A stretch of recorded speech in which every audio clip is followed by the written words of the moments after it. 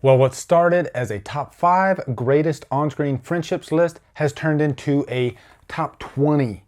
Anyway, let's do this.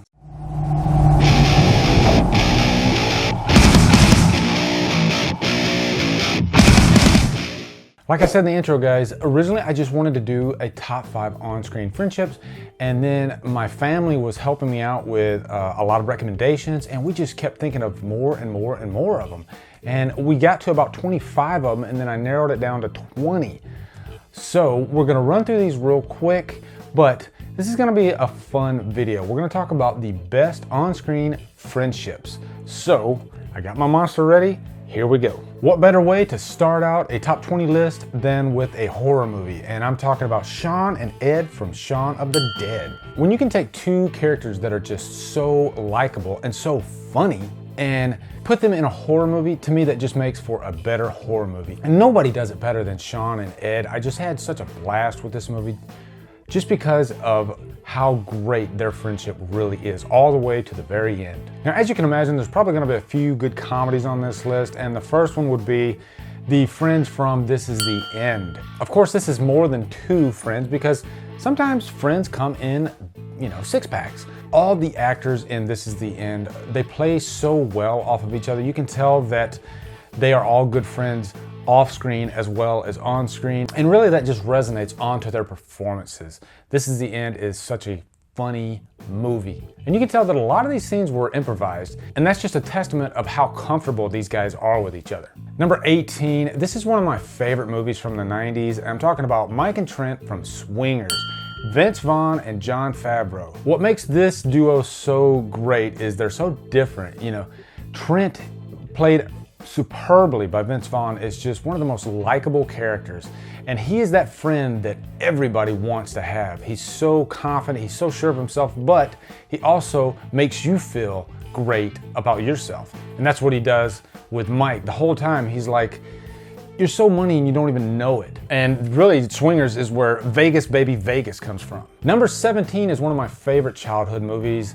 I'm talking about Every Which Way But Loose, starring Clint Eastwood. And this is a friendship between a man and an animal. We often hear the phrase, a dog is a man's best friend. Well, sometimes an orangutan is a man's best friend, and that's what Clyde was. Clyde really steals every scene that he is in Every Which Way But Loose. He's so funny. There's so many funny scenes in this movie with Clyde, like the one where he's kissing the gang member, and then another one where Clint Eastwood says, "Right turn, Clyde." And when Clint Eastwood says, "Right turn, Clyde," of course, Clyde actually punches the lights out of the dude driving next to him. Number 16 is the first of a couple buddy cop movies, and this one is more of a realistic approach to being a cop, and I'm talking about End of Watch. The relationship between Jake Gyllenhaal and Mike Pena in that movie is just so good.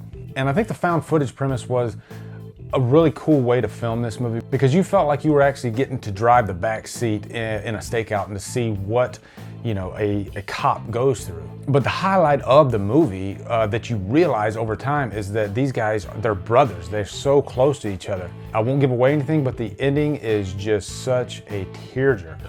And a big reason for that is because of the friendship that was built in that movie. Number 15 is Thelma and Louise. Who says that men are the only great on-screen friendships? No, women can too, and Thelma and Louise is a great example. When one of these girls is raped, the other one comes to the rescue, and they are really on the run from the law. And what's great about this movie is throughout this journey, they kind of rediscover who they are, as people. They realize that the life that they left behind is not the life that they were happy with. And so it's really a journey of self-discovery. And really, these two characters are just so relatable. It's not bros before hoes, it's hoes before bros. Number 14 is Lethal Weapon. Of course, I'm talking about Riggs and Murtaugh. To me, there's no better on-screen buddy cop friendship than these two guys. And really, their friendship is what made Lethal Weapon a franchise.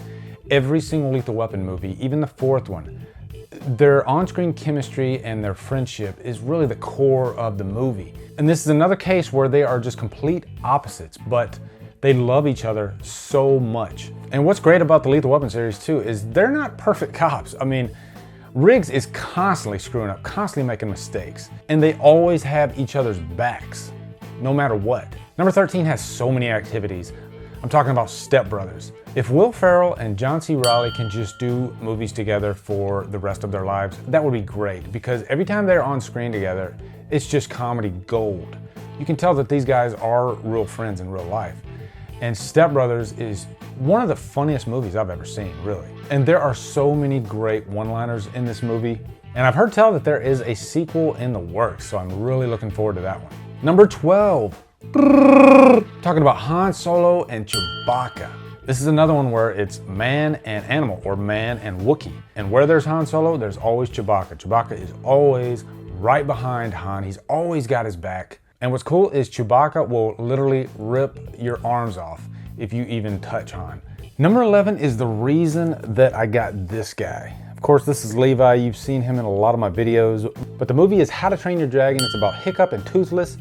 And I saw this movie in the theater with my family, and the relationship between Hiccup and Toothless was so endearing that we had to get a pet, and we ended up buying Levi. Every time I see that movie, I think of this guy, Levi. Levi is my buddy, and nobody loves Levi more than my wife.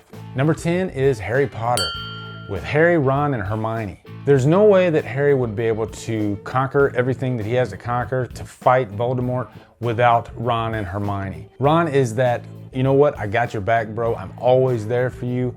And Hermione's always there to tell Harry, hey, you're kind of being dumb right now. Let me tell you exactly how we should do this. She's the brains of the operation, but all three of them together, they can conquer anything. Number 9 is one of my favorite childhood movies. It is Stand By Me. What's great about Stand By Me is everybody can relate to when they're a child and the friendships they had as a child. And oftentimes, they stay in that period of your life, and you go off and have a career, and you might not even see these people again, but you never forget them. And that's what's so great about Stand By Me. And really the best friendships aren't always, sunglasses and swimming pools. True friends, they have arguments, and the characters in Stand By Me, they don't always agree with each other. But at the end of the day, they are the best of friends. Number 8 is another one of those cases where you have opposites, but they just seem to fit very well, and that's Captain Kirk and Spock. This is a friendship that's been going on for 50 years now, and I think their friendship is a major reason why Star Trek is still so popular today. Spock is super intelligent, and he's always really logical about his decisions, whereas Kirk always goes with his heart, and sometimes those two just kind of bleed into each other. And I love their friendship. It's great. Number 7 is one that I don't really see too often on a lot of lists, but I think it is such a great friendship. And I'm talking about Terminator 2. John Carpenter, I said John Carpenter. Young John Connor and the Terminator. When you first watch Terminator 2, you have no idea that there's gonna be a friendship that happens throughout this with a boy and a robot. But that's exactly what happens. The Terminator really is the only friend that John Connor has. And I love the scene at the end of the movie where the Terminator tells John, hey, I know why you cry, but it's something I can never do. But as he lowers himself down into the pit, he puts the hand up. Says, hey, we're still bros. Okay, he doesn't say that, but that's what I'm thinking when he sticks his thumb up. Number 6 is one of the greatest animated friendships ever. And I'm sure you know what I'm talking about. Toy Story, Woody and Buzz. And it's one of those great friendships where they started out not liking each other at all. They were vying for Andy's friendship. And then eventually they have to partner up, and eventually they become great friends. Really, there are often moments with these characters where it is kind of tear-jerking. Number 5 is Professor Xavier and Magneto. This is such a cool friendship because really they're enemies, but they're similar in age, and they have often been friends with each other even though they're enemies. They're completely different types of people. They have different beliefs, but in the end, they're playing chess together. They love each other. You can tell that they love each other. And if the X-Men movies have done anything right, it's build their relationship. Number 4 is actually one of my personal favorites. This is another one that I grew up with in the 80s, and it's Mr. Miyagi and Daniel from The Karate Kid. Every time I watch Karate Kid, I still get that lump in my throat, especially the scene where Daniel tells Miyagi, you're the best friend I've ever had. And what's great about it is sometimes friends aren't the same age. Sometimes your friend might be an old person, might even be your grandfather, who knows? But that's what the Karate Kid did. Mr. Miyagi was not only a friend, but he was a mentor. He was a trainer, and he taught Daniel-san so many things, not just physically. He taught him really life lessons. Number 3 is actually one of my favorite movies ever. I'm talking about Red and Andy from the Shawshank Redemption. Shawshank Redemption is one of those movies that you get sucked into it because of their friendship.